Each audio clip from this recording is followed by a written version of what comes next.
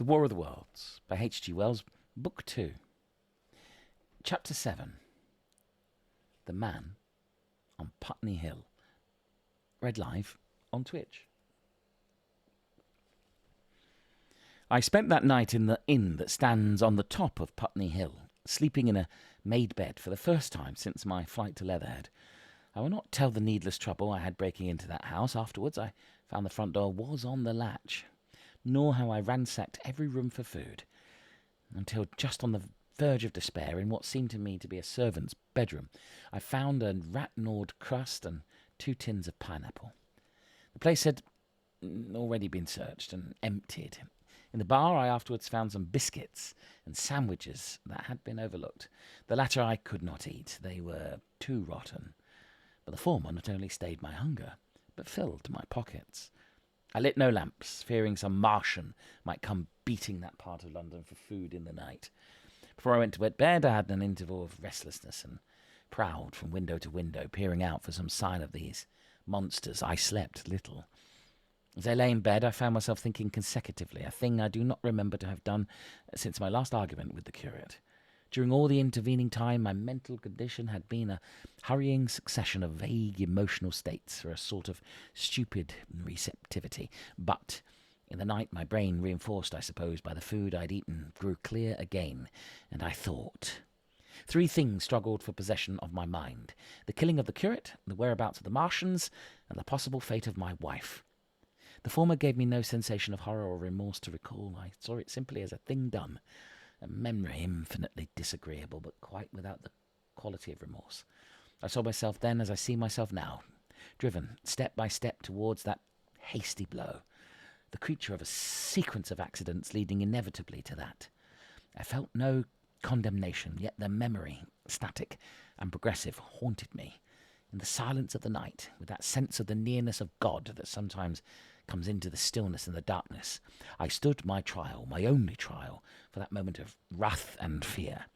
I retraced every step of our conversation, from the moment when I had found him crouching beside me, heedless of my thirst, and pointing to the fire and smoke that streamed up to the ruins of Weybridge.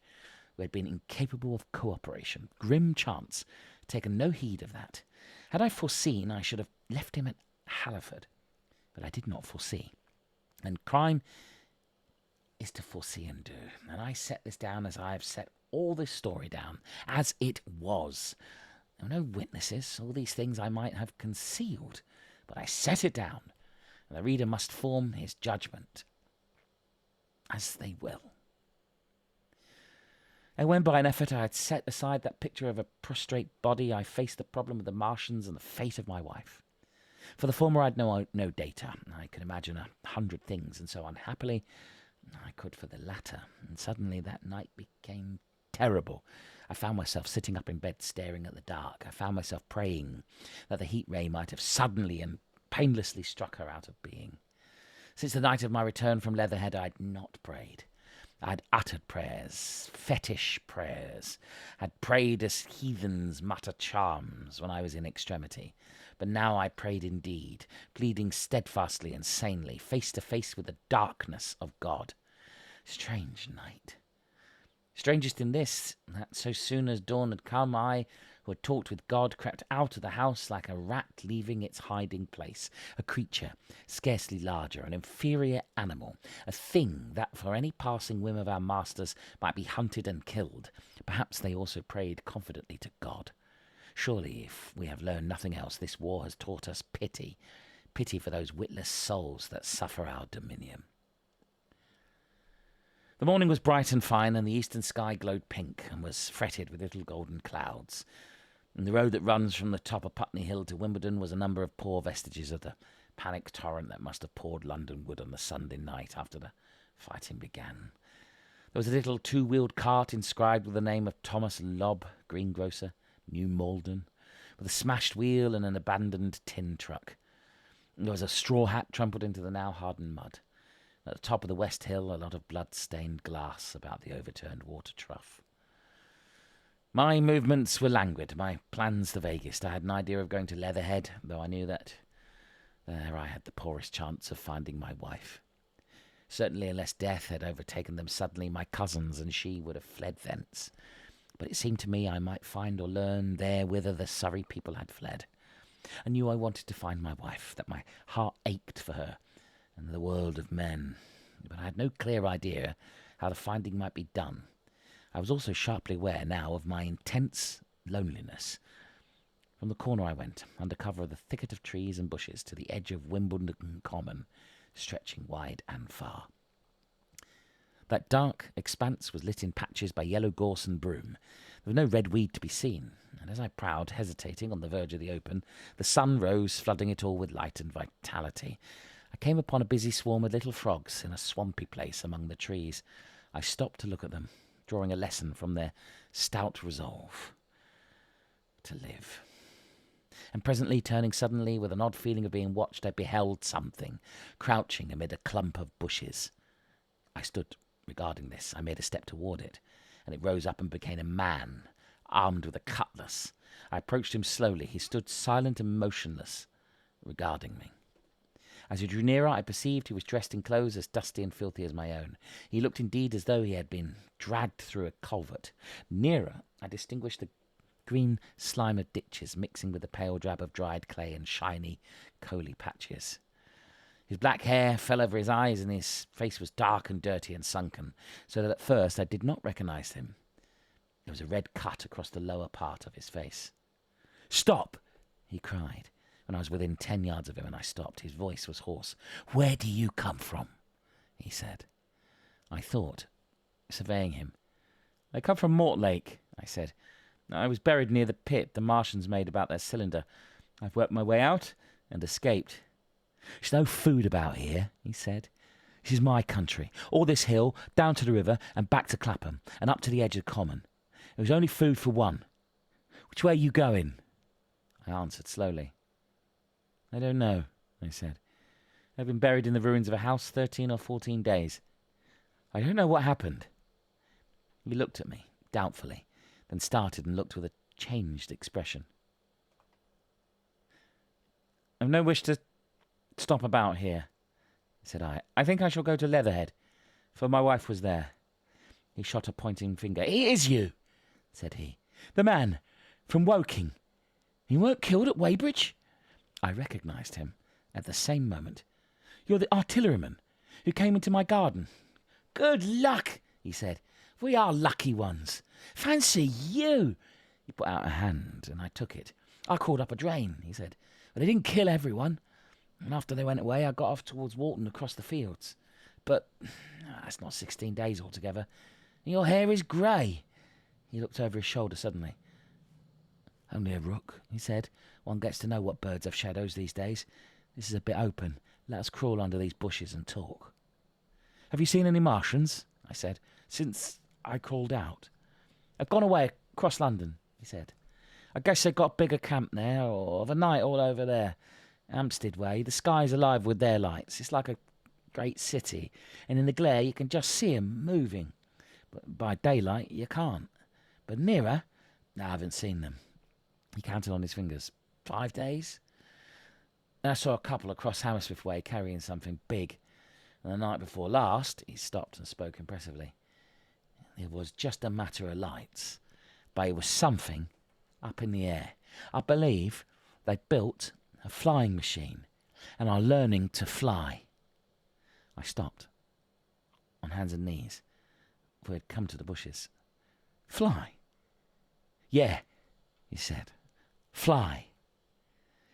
I went on into a little bower and sat down. "It's all over for humanity," I said. "If they can do that, they will simply go around the world." He nodded. "They will, but it will relieve things over here a bit. And besides," he looked at me, "aren't you satisfied it is up with humanity?" "I am. We're down. We're beat." I stared. Strange as it may seem, I had not arrived at this fact, a fact perfectly obvious, so soon as he spoke. I'd still held a vague hope, rather. I'd kept a lifelong habit of mind. He repeated his words. "We're beat." They carried absolute conviction. "It's all over," he said. "They've lost one, just one. And they've made their footing good and crippled the greatest power in the world. They've walked over us. The death of that one at Weybridge was an accident. And they're only pioneers. They kept on coming. These green stars, I've seen none these 5 or 6 days, but I've no doubt they're falling somewhere every night. Nothing's to be done. We're under. We're beat. I made him no answer. I sat staring before me, trying in vain to devise some countervailing thought. This isn't a war, said the artilleryman.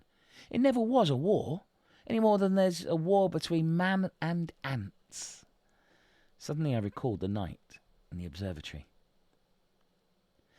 After the 10th shot, they fired no more, at least, until the first cylinder came. How do you know? Said the artilleryman. I explained. He thought. Something wrong with the gun, he said. What if there is? They'll get it right again. And even if there's a delay, how can it alter the end? It's just men and ants. There's the ants, build their cities, live their lives, have wars, revolutions, till the men want them out of the way. And they go out of the way. That's what we are now. Just ants. Only... Yes, I said. We're eatable ants. We sat looking at each other. And what will they do with us? I said. It's what I've been thinking. After Weybridge, I went south, thinking. I saw what was up. Most of the people were hard at it, squealing and exciting themselves, but I'm not so fond of squealing. I've been in sight of death once or twice. I'm not an ornamental soldier. And at the best and worst, death is just death. And it's the man that keeps on thinking and comes through. I saw everyone tracking away south. Says our food won't last that way. And I turned right back. I went for the Martians like a sparrow goes for a man all round. And he waved a hand to the house, and they're starving in heaps, bolting, treading on each other. He saw my face and halted awkwardly. No doubt lots who've had money have gone away to France, he said. He seemed to hesitate, whether to apologise, met my eyes, and went on. There's food all about here. Canned things in shops, wine, spirits, mineral waters, and the water mains and drains are empty. Well, I was telling you what I was thinking. These intelligent things, I said, and it seems they want us for food. First, they'll smash us up. Ships, machines, guns, cities. All the order and organisation. All that will go. If we were the size of ants, we might pull through. But we're not. It's all too bulky to stop. That's the first certainty, eh? I assented. It is. I've thought about it. Very well. Then next. At present, we're caught as we're wanted. A Martian has only to go a few miles to get a crowd on the run. I saw one day out by Wandsworth, picking houses to pieces and rooting among the wreckage. But they won't keep on doing that.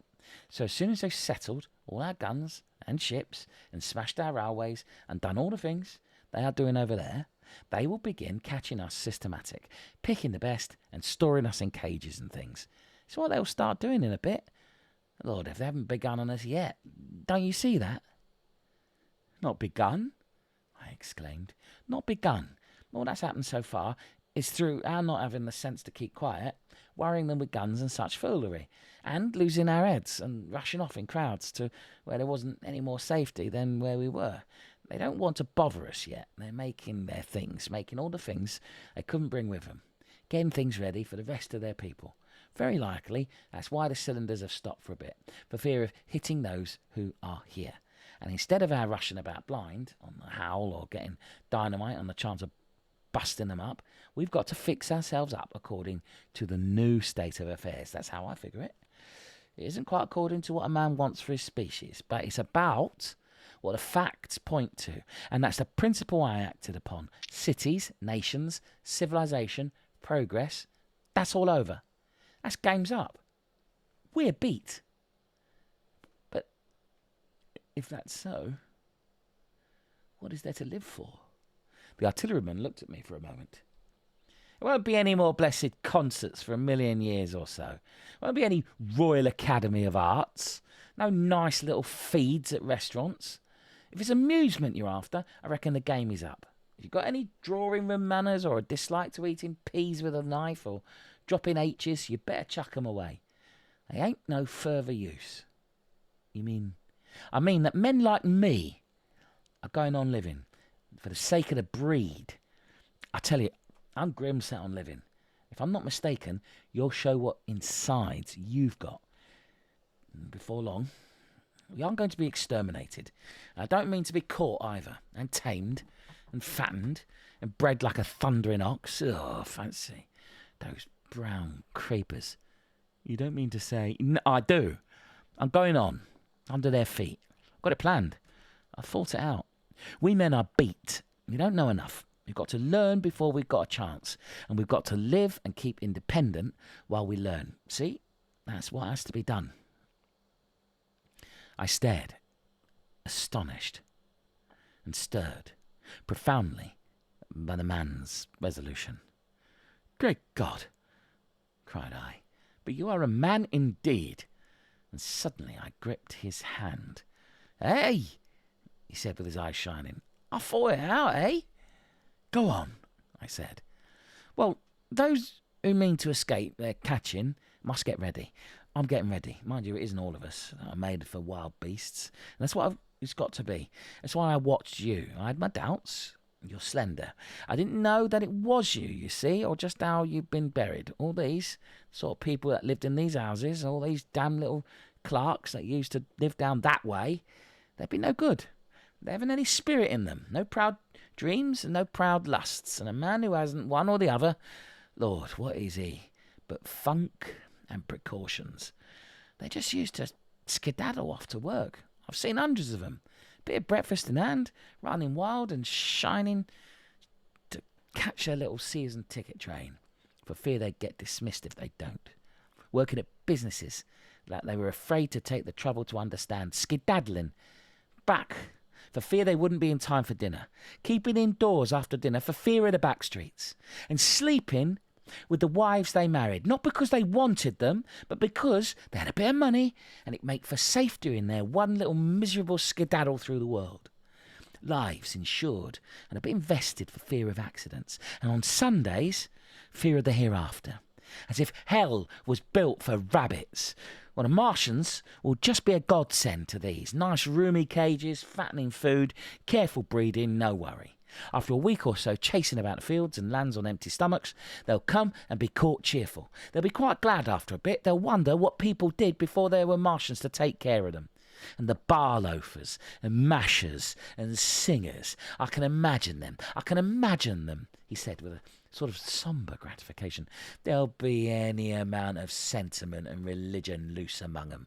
There's hundreds of things I saw with my eyes that I've only begun to see clearly these last few days. There's lots who'll take things as they are, fat and stupid, and lots will be worried by a sort of feeling that it's all wrong and that they ought to be doing something. Now, whenever things are so that a lot of people feel they ought to be doing something, the weak and those who go weak with a lot of complicated thinking always make for a sort of do-nothing religion, very pious and superior and submit to persecution and the will of the Lord.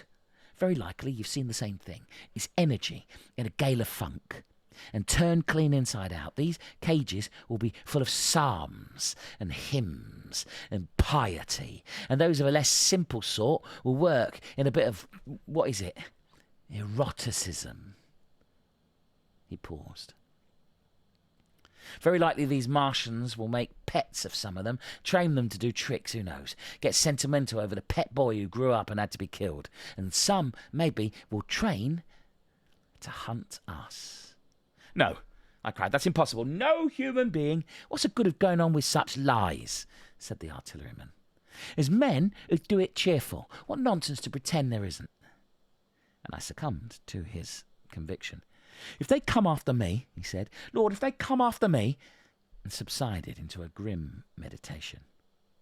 I sat contemplating these things. I could find nothing to bring against this man's reasoning. In the days before the invasion, no one would have questioned my intellectual superiority to his. I, a professed and recognised writer on philosophical themes, and he, a common soldier. And yet he had already formulated a situation that I had scarcely realised. What are you doing? I said presently. What plans have you made? He hesitated. Well, it's like this, he said. What have we to do? We have to invent a sort of life where man can live and breed and be sufficiently secure to bring the children up. Yes, wait a bit, I'll make it clearer what I think ought to be done. The tame ones will go like all tame beasts. In a few generations, they'll be big, beautiful, rich-blooded, stupid rubbish. The risk is that we who keep wild will go savage, degenerate into a sort of big savage rat. You see, how I mean to live is underground. I've been thinking about the drains. Of course, those who don't know drains think horrible things. But under this London are miles and miles, hundreds of miles, and a few days' rain and London empty will leave them sweet and clean. The main drains are big enough and airy enough for anyone, and there's cellars, vaults, stores, from which bolting passages may be made to the drains. And the railway tunnels and subways, you begin to see. We form a band, able-bodied, clean-minded men. We're not going to pick up any rubbish that drifts in. Weaklings go out again. As you meant me to go? Well, I parleyed, didn't I? We won't quarrel about that, I said. Go on. Those who stop obey orders. Able-bodied, clean-minded women. We want also mothers and teachers. No lackadaisical ladies. No blasted rolled eyes. Can't have any weak or silly. Life is real again. And the useless and the cumbersome and the mischievous have to die. They ought to die. They ought to be willing to die. It's a sort of disloyalty, after all, to live and taint the race. They can't be happy. Moreover, dying's none so dreadful. It's the funking makes it bad. In all these places we shall gather. Our district will be London, and we may even be able to keep a watch and run about in the open when the Martians keep away. Play cricket, perhaps. That's how we shall save the race, It's a possible thing. But saving the race is nothing in itself. As I say, that's only being rats. It's saving our knowledge and adding to it is the thing. Now, men like you come in. There's books, there's models. We must make great safe places down deep and get all the books we can. Not novels and poetry, but ideas. Science books. That's where men like you come in. We must go to the British Museum and pick all these books through. Especially we must keep up our science, learn more. We must watch these Martians. Some of us must go as spies. When it's all working, perhaps I will. Get caught, I mean. And the great thing is we must leave the Martians alone. We mustn't even steal. If we get in their way, we clear out. We must show them we mean no harm. Yes, I know. But they're intelligent things, and they won't hunt us down if they have all that they want and think we're just harmless vermin. The artilleryman paused and laid a brown hand upon my arm.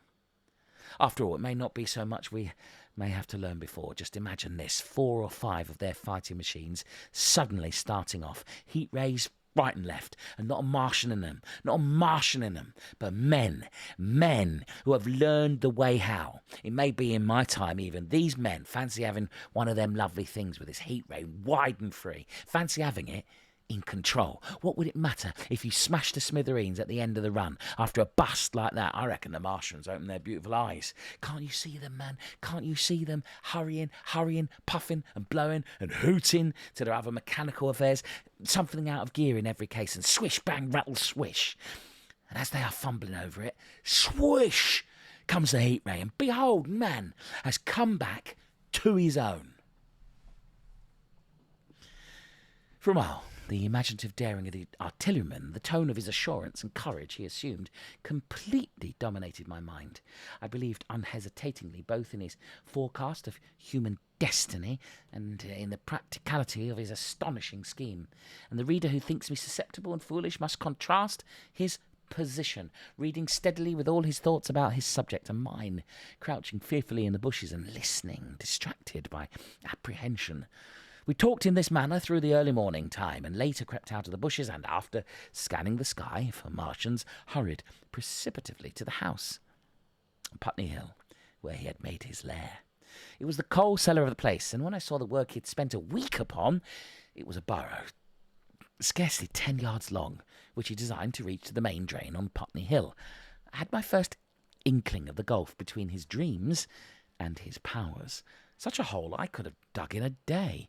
But I believed in him sufficiently to work with him all that morning, till past midday at his digging. We had a garden barrow and shot the earth we removed against the kitchen range. We refreshed ourselves with a tin of mock turtle soup and wine from the neighbouring pantry. I found a curious relief from the aching strangeness of the world in this steady labour. As we worked, I turned his project over in my mind, and presently objections and doubts began to arise. But I worked there all the morning. So glad was I to find myself with a purpose again. After working an hour, I began to speculate on the distance one had to go before the cloaca was reached. The chances we had of missing it altogether. My immediate trouble was why we should dig this long tunnel when it was possible to get into the drain at once down one of the manholes and work back to the house. It seemed to me, too, that the house was inconveniently chosen and required a needless length of tunnel. And just as I was beginning to face these things, the artilleryman stopped digging and looked at me. "We're working well," he said. He put down his spade. "Let us knock off for a bit," he said. "I think it's time we reconnoitred from the roof of the house." I was for going on, and after a little hesitation, he resumed his spade, and then suddenly I was struck by a thought. I stopped, and so did he at once. "Why were you walking about the common," I said, "instead of being here?" "Taking the air," he said. "I was coming back. It's safer by night." "But the work?" "Oh, one can't always work," he said. In a flash I saw the man plain. He hesitated, holding his spade. "We ought to reconnoitre now," he said, "because if any come near, they may hear the spades and drop upon us unawares." I was no longer disposed to object.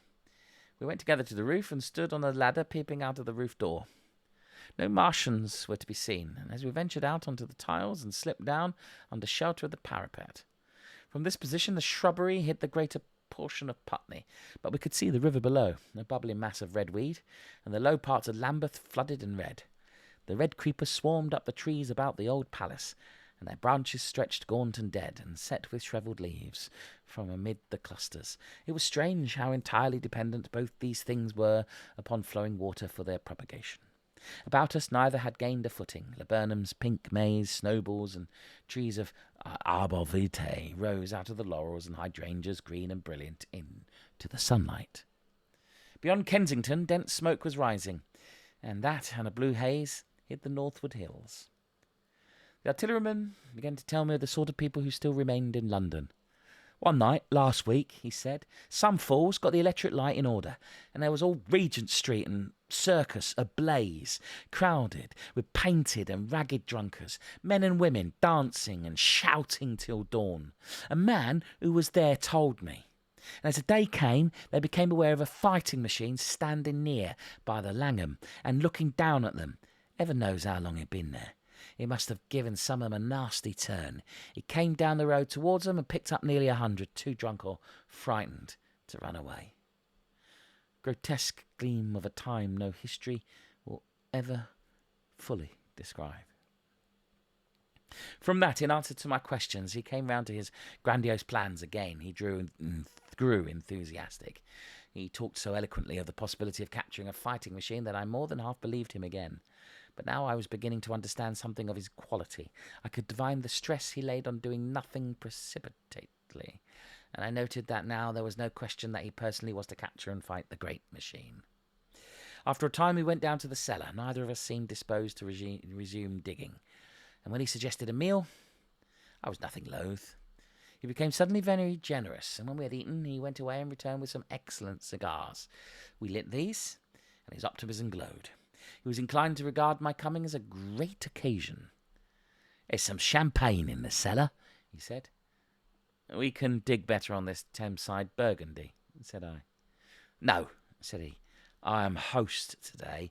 Champagne, great God! We've a heavy enough task before us. Let us take a rest and gather strength while we may. Look at these blistered hands." And pursuant to this idea of a holiday, he insisted upon playing cards after we'd eaten.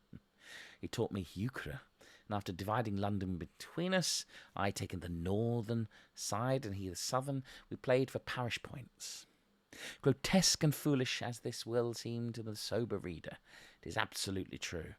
And what is more remarkable, I found the card game and several others we played extremely interesting. Strange mind of a man, though with our species upon the edge of extermination or appalling degradation, but no clear prospect before us but the chance of a horrible death, we could sit following the chance of this painted pasteboard and playing the Joker with vivid delight. Afterwards, he taught me poker, and I beat him at 3 tough chess games. When dark came, we decided to take the risk and lit a lamp. After an interminable string of games, we supped, and the artilleryman finished the champagne. We went on smoking the cigars. He was no longer the energetic regenerator of his species I had encountered in the morning. He was still optimistic, but it was less kinetic, a more thoughtful optimism. I remember he wound up with my health, proposed in a speech of small variety and considerable intermittence. I took a cigar and went upstairs to look at the lights of which he had spoken that blazed so greenly along the Highgate hills. At first I stared unintelligently across the London Valley. The northern hills were shrouded in darkness. The fires near Kensington glowed redly, and now and then an orange-red tongue of flame flashed up and vanished in the deep blue night. All the rest of London was black. Then nearer I perceived a strange light, a pale violet-purple fluorescent glow, quivering under the night breeze. For a space I could not understand it, and then I knew that it must be the red weed from which the faint iridation proceeded. With that realization, my dormant sense of wonder, my sense of the proportion of things, awoke again. I glanced from that to Mars, red and clear, glowing high in the west, and then gazed long and earnestly at the darkness of Hampstead and Highgate. I remained a very long time upon the roof, wondering to the grotesque changes of the day. I recalled my mental states in the midnight prayer to the foolish card-playing. I had a violent revulsion of feeling. I remember I flung away the cigar with a certain wasteful symbolism. My folly came to me with glaring exaggeration. I seemed a traitor to my wife and to my kind. I was filled with remorse. I resolved to leave this strange, undisciplined dreamer of great things to his drink and gluttony, and to go on into London. There it seemed to me I had the best chance of learning what the Martians and my fellow men were doing. I was still upon the roof when the late moon rose.